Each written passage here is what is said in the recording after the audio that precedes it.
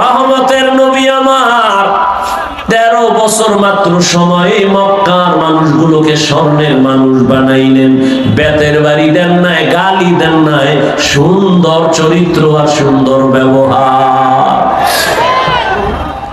আপনার আমার নবীর ব্যবহার কতই না সুন্দর, যে নবীর 63 বছর হায়াতে একটা মিথ্যা কথা জীবনে বলেন নাই। এমন একজন নেতার নাম পারলে বলো যে মিথ্যা বলে না, আছে?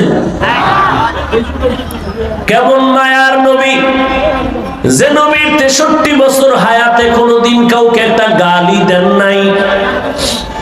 এমনকি নবীর সামনে দাঁড়ায় বহু বেঈমান গালি দিছে, নবী একটা গালির জবাবও দেন নাই। আরো আশ্চর্য কথা, 63 বছর হায়াতে রহমতের নবী কোনদিন তার দুটো চোখ মোবারক দিয়া গরম ভাবে কারো দিকে